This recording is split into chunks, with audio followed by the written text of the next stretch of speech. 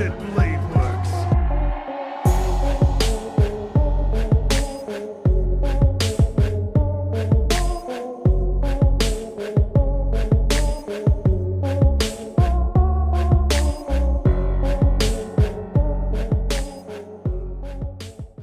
What is up, you guys? This is Silver Fang, and today I'm back with another video.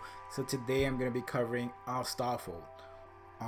This is Rider of Black, and Astolfo was one of the most focused on servants in Fate Apocrypha.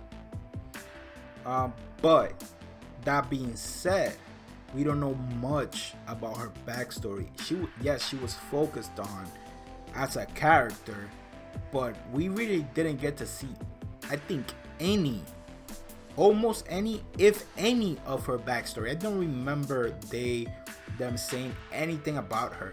I do know though that she is a paladin, so there's that. I know that, but I don't know anything else about him. Yes, and this is another one of those characters who you think is a female, but is actually a male. As I said in my previous videos, like, Fate loves to play with the genders of the characters, man. Like, it's crazy. Like, some characters are supposed to be male figures, they are female. Some females are males. Some guys look like girls, but they're actually guys. It's crazy. Fate, oh my god, Fate does this a lot. It's crazy, bro. Like, confusing the shit out of like everybody who watches your show, man. That is insane. But yeah, before we get started with today's video, please, I beg you guys, please hit the subscribe button.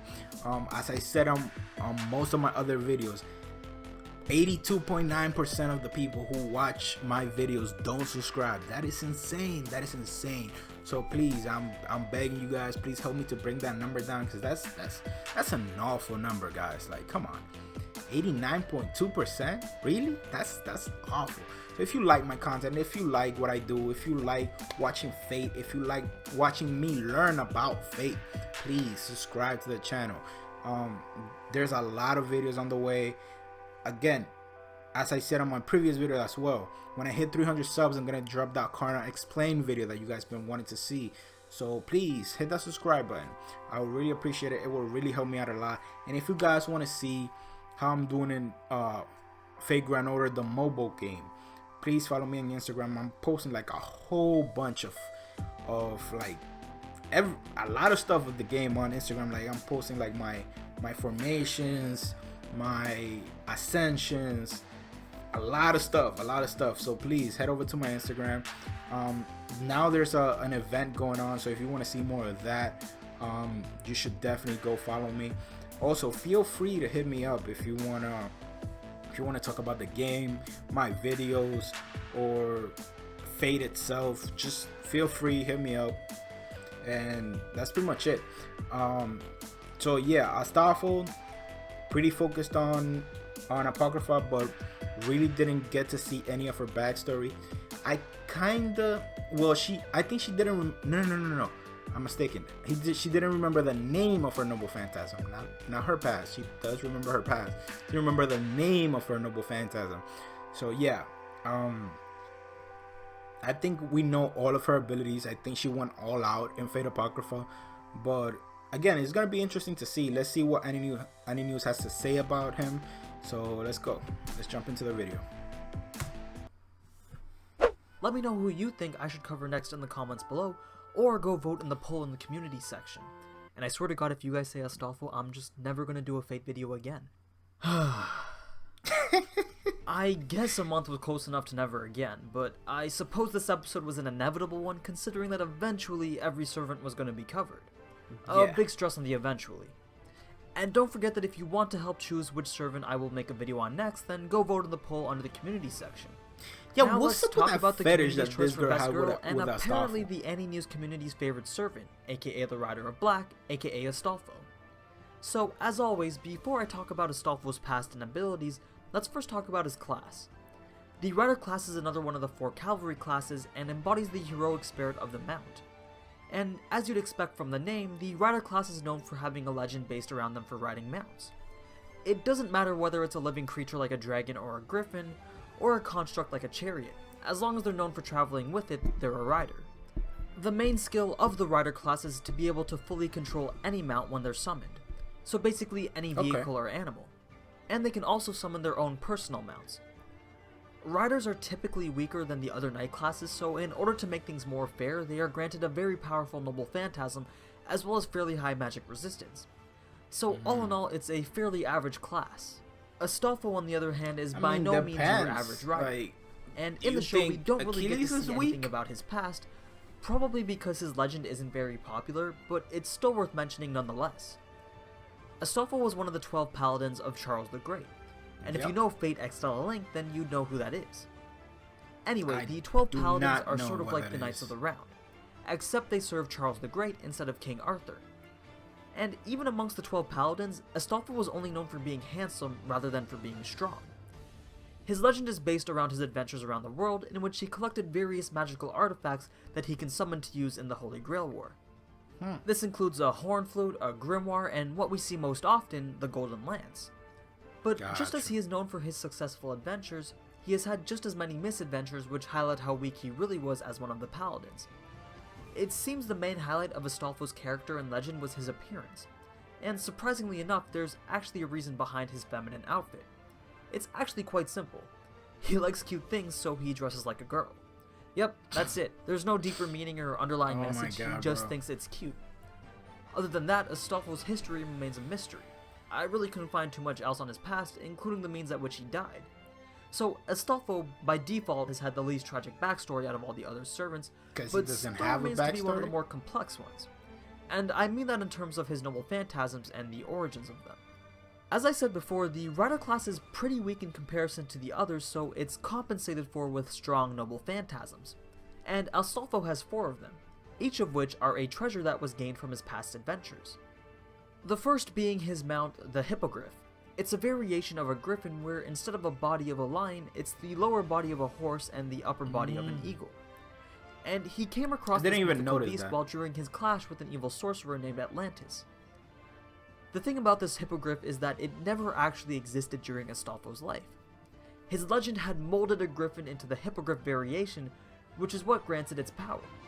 Just like Vlad with his noble phantasm, the very uncertainty of the hippogriff's existence gives it the ability to perform a dimensional shift, which makes the rider and the griffin immune for a short period of time.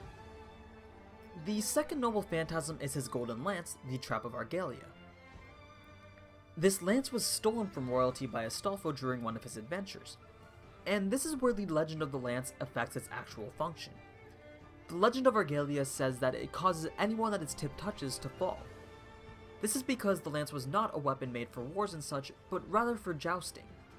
And the magic imbued in the lance that causes its victims to fall results in servants that are hit by it to return to their spiritual form below the knee, which is why we see Spartacus fall when facing off against Astolfo. Essentially, it's a lance meant to immobilize rather than to kill. Moving on to Astolfo's third noble phantasm, which is the Black Luna, the magic flute that calls panic. This is his wide-range AoE, or anti-army attack, and it stems from the legend of his battle against the Harpies. It does pretty much what you'd expect it to do. It makes a very loud and explosive sound that hits pretty damn hard. You saw in episode 9. Astolfo's fourth and final noble phantasm is called the Chasseur de la Destille, Destruction Declaration. This magic book was given to him by a witch named La Gestilla. It contains the means to destroy any magic whatsoever. So it basically makes Astolfo temporarily immune to all magic-based attacks since he can just use the book to nullify it. However, there is a catch because this is where the legend comes into play once again. Astolfo doesn't remember the true name of the book and is only able to remember on a condition that relates back to his adventures to the moon. And he can only activate the full powers of the book if he knows its true name. But I think they're saving that whole backstory for later, so I'm just going to leave it as it is for now. Alright, so I hope you're happy now. You've gotten your fill on your favorite character. Now do me a favor and go vote for someone who actually has a chance of winning the Holy Grail. As always, thanks for watching, and if you enjoyed this type of anime content, then you already know what to do. So until next time, ciao. Yeah, so Astolfo, as Annie News said, he is impressive. He has impressive noble phantasms, but not that impressive that he will be considered top tier. He has powerful noble phantasms. I'll give him that.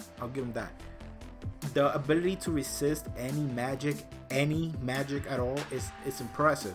But again, that noble phantasm comes at a great drawback. Maybe if he was able to activate it at will, that could possibly, in combination with his lance, could possibly put him in the position to take on like the higher tier like caster classes. But he can't use it whenever he wants. So that's too bad. That kind of would put him up there a little bit, just because if he can resist any magic, most caster classes wouldn't be able to touch him. I mean, it is momentarily, but again, he is a rider, meaning he's pretty fast. At least when he's riding his griffin, he's pretty fast. He can deflect any magic or nullify any magic, and he has a spear that when he hits you, it immobilizes you. So with those combinations, you would think that he would be top tier. But again, all of his noble phantasms have a lot of drawbacks. Like, and himself, like, physically is not that strong in comparison to the other servants.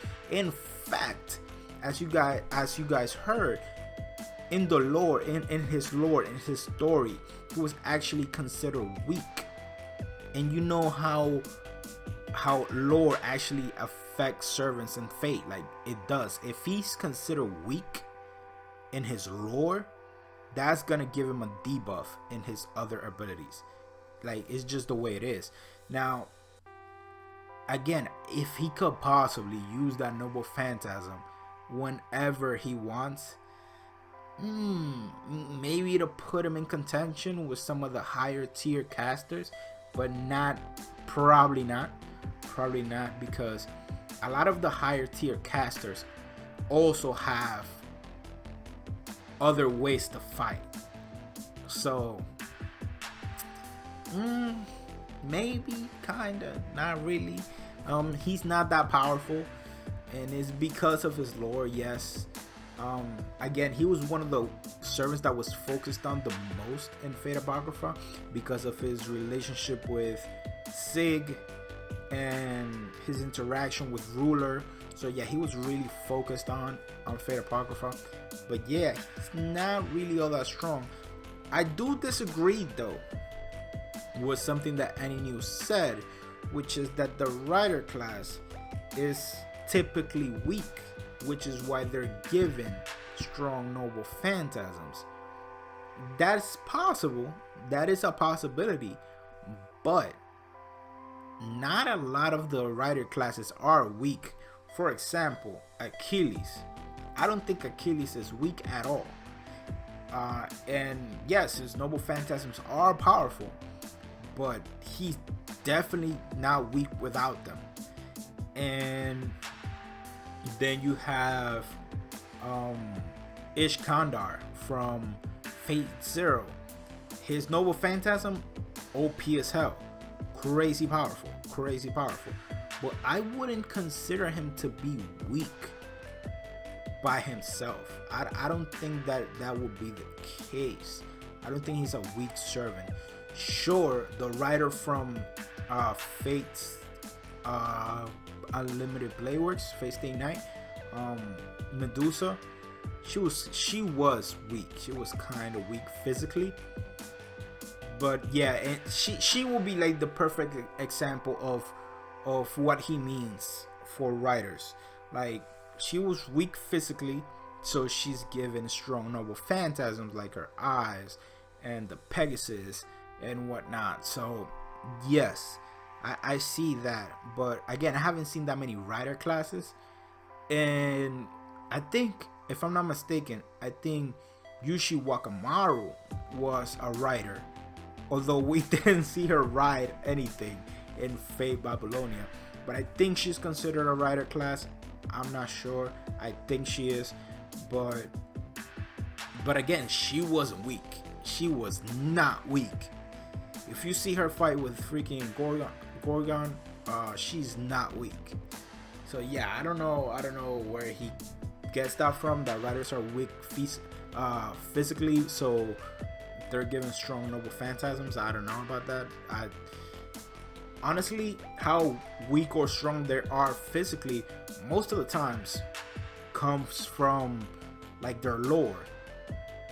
So yeah, like for example, Achilles is a demigod, and the only reason he's a rider is because he has a chariot in a lot of his stories, but that doesn't take away that he's a strong warrior. So yeah, I don't think that's 100% fact. It's possible.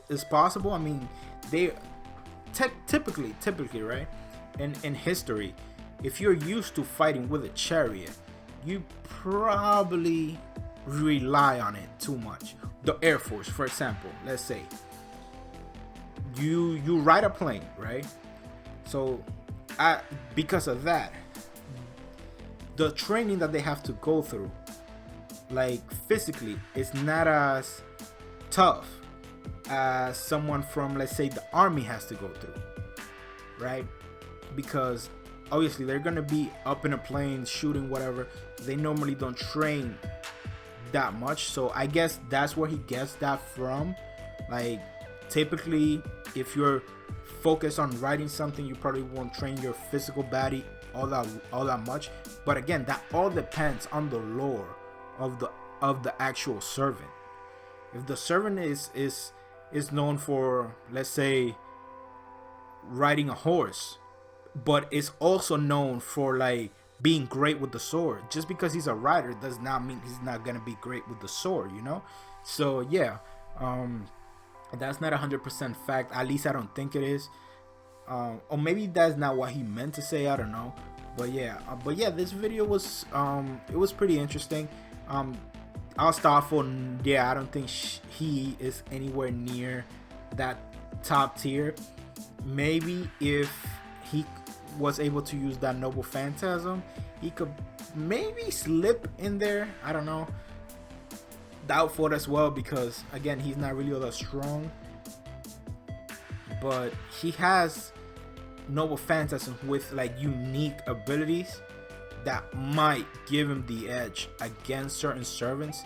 So maybe if he's put in a position where he's able to use the book, right? He's able to use the book and fight with his full power. Maybe he could take the advantage against some servants, some top tier casters. Maybe, for example, at least in the Fate Unlimited Blade Works, Medea was considered a pretty top tier caster. So top tier, in fact, that she was able to cheat the Grail War, become a master herself and all that, and her knowledge of magic is really crazy. But again, she's not really all that strong physically. So for someone like Astolfo, right, he could possibly, if he can nullify all her magic and use his spear on her, then maybe he could beat Medea.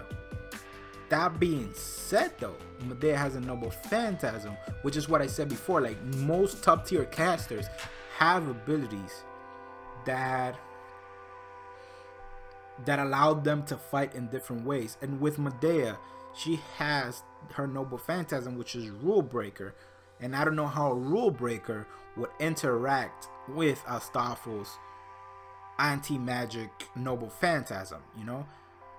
Would Rule Breaker beat it? Can Rule Breaker counter his lance and take away the